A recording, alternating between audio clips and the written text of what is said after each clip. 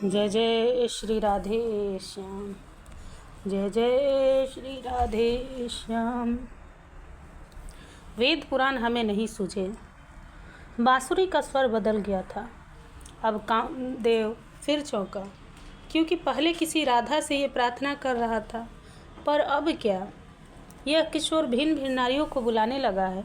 बांसुरी में नाम ले लेकर बुला रहा था। अब ये क्या है? ये स्वयं स्त्रियों को आमंत्रित कर रहा है। कामदेव तुरंत आकाश देखने लगा। वृंदावन की ओर तो हजारों हजार नारियां दौड़ पड़ी थी। मैं कितना मूर्ख था, अप्सराओं को लाने की बात सोच रहा था, पर ये ब्रिज नारियां तो मेरी अप्सराओं से लाखों गुना सुंदर हैं।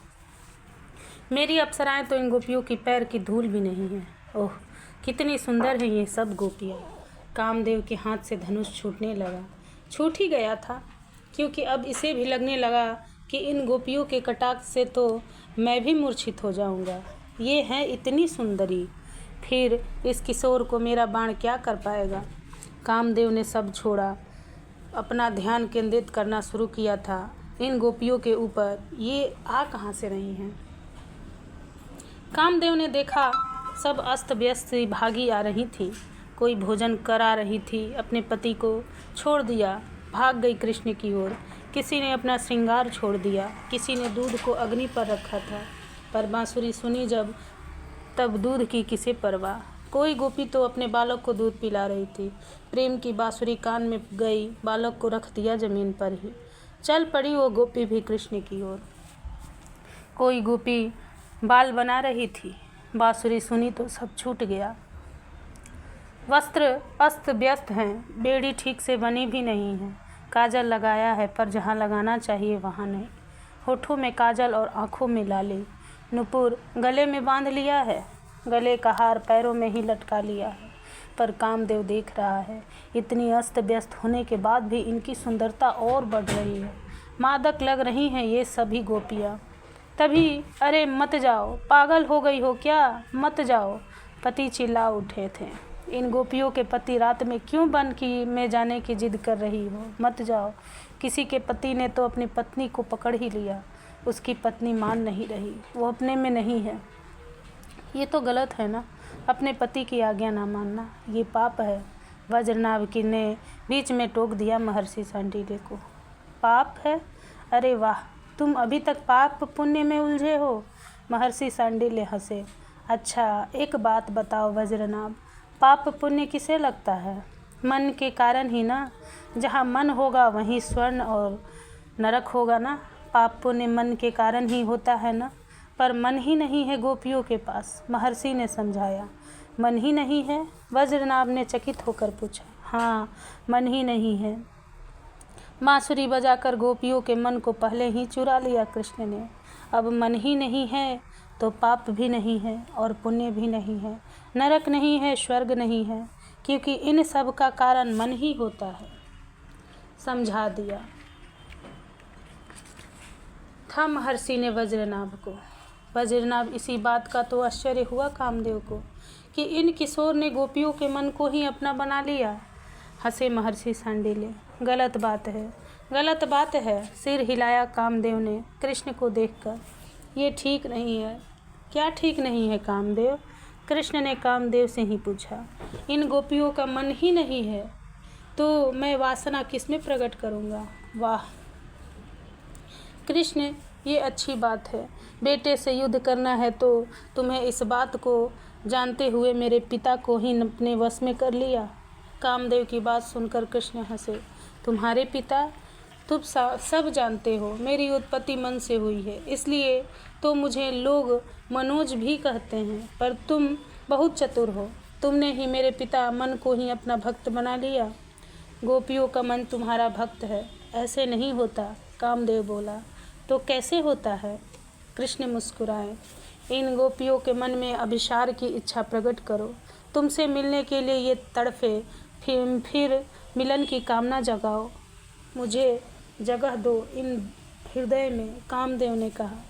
ठीक है, तुम जैसा चाहो करो करो, मैं तैयार हूँ मनोज। कृष्ण ने इतना कहकर गोपियों को मन में मिलन की तीव्र इच्छा को प्रगटा दिया। अब ठीक है? कृष्ण ने पूछा।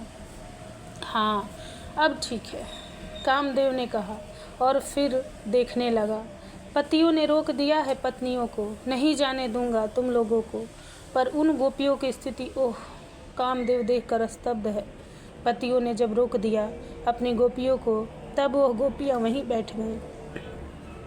कृष्ण के वियोग में उनका शरीर काला पड़ने लगा। उन गोपियों ने अपने नेत्रों को बंद कर लिया। हा कृष्ण, हा कृष्ण कहते हुए उनके पूर्व जन्म में जितने कर्म संस्कार थे वे सब जल उठे। पर आश्चर्य, ये क्या! अब तो इनका शरीर दिव्य हो गया था। सुंदरता मानो इनके अंग अंग में समा गई थी। ये इतनी सुंदर लग रही थी मानो स्वयं कृष्ण हो। हाँ, उनके ध्यान का प्रभाव ही तो था ये सब। इस आश्चर्य को देख कामदेव मूढ़ सा हो गया। एक देह से गोपियाँ अपने पतियों के पास ही थी, पर दूसरे दिव्य देह से वो सब कृष्ण की ओर बढ़ रही थी। उनके देह से ज्योति निकल रही थी, वो सर्वत्र फैलती जाती थी। ये सब क्या हो रहा है? कामदेव की समझ से परे था। सब सौंदर्य की साकार देवियाँ छुपते छुपाते उसी स्थान पर पहुंच गई थी, उसी शिला के पास जहां बैठे मुरली मनोहर मुरली बजा रहे थे। घेर लिया उस शिला को हजारों गोपियों ने। ये इतनी सुंदरियां हैं, में से तो एक भी काफ़ी थी इस कृष्ण का मन हरण करने के लिए। अब देखना होगा ये कृष्ण कैसे मुझसे पराजित नहीं होते। कामदेव हंसता है, पर ये क्या! बांसुरी बंद कर दी कृष्ण ने और शांत गंभीर कामदेव पूर्ण चंद्रमा को देखता है, वृंदावन की शोभा को देखता है, यमुना और गिरिराज को देखता है, कमल के फूलों को देखता है, फिर इन सुंदरियों को देखता है।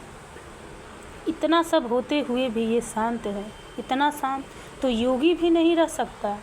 इस बनी हुई परिस्थिति में आप सबका स्वागत है। हे महाभागा गोपियों! इनकी मधुर वाणी गूंजी वृंदावन में। वे ऐसे स्वर में बात कर रहे थे गोपियों से जैसे गोपियों से इनका परिचय ही ना हो। आप कैसे आई? अरे, इतनी रात में अकेले? बोले जा रहे थे कृष्ण। कोई संकट तो नहीं आ पड़ा तुम्हारे यहाँ? ओह, वृंदावन की शोभा देखने आई हो पूर्णिमा में, वो भी शरद की पूर्णिमा में। अलग ही छटा होती है इस वन की। यही देखने आई हो तो देख लिया होगा। अब जाओ जाओ, नहीं तुम्हें जाना ही होगा। कितना बोल रहे थे आज ये कृष्ण। अरे, तुम अभी तक गए नहीं? क्यों? जाओ ना। अच्छा बैठो, मैं तुम्हें आज एक बात बताता हूँ। ये तो उपदेशक बन गोपियों को उपदेश देने लगे थे। ध्यान रखना हे गोपियों, पत्नी का पति ही देवता होता है। पति को छोड़कर किसी को अपना ये भी अपराध है, पाप है। पति ही देवता है, पति ही ईश्वर है। पति की सेवा ही सबसे बड़ी सेवा है। और हाँ, पति चाहे जैसा हो, शक्तिहीन हो, भाग्यहीन हो, धनहीन हो, भले ही संसार उसकी निंदा करती हो, पर पत्नी को चाहिए ऐसे पति को भी छोड़े नहीं, उसकी सेवा करके उसे प्रसन्न रखे। कृष्ण बोले जा रहे हैं। कामदेव बड़े ध्यान से सुन रहा है, पर गोपियों ने अपने मस्तक को झुका रखा है। कुछ तो बोलती क्यों नहीं है? और मेरी ओर देखो।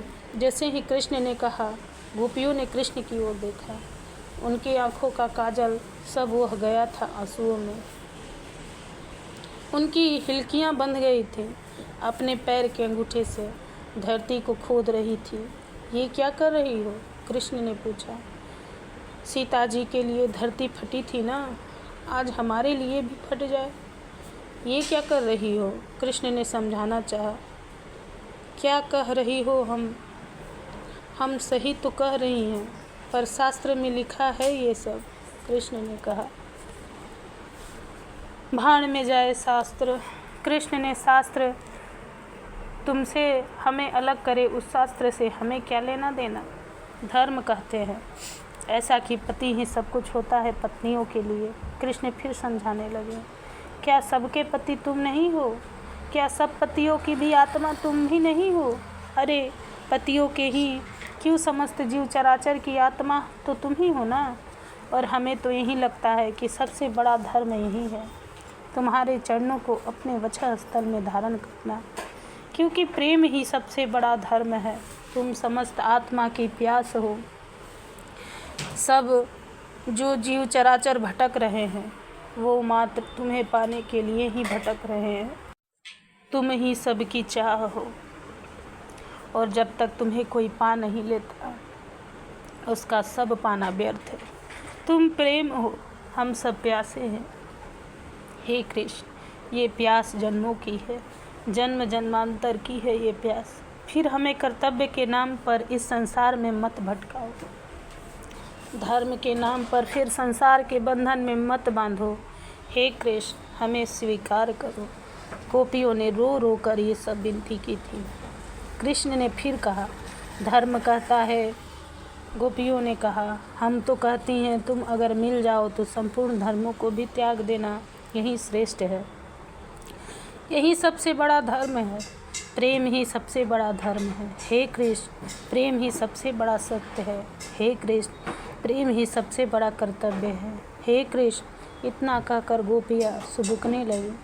कृष्ण कह रहे हैं गोपियों को, कामदेव आकाश से आश्चर्यचकित हो सब देखे जा रहा है। जय जय श्री राधे श्याम, जय जय श्री राधे श्याम।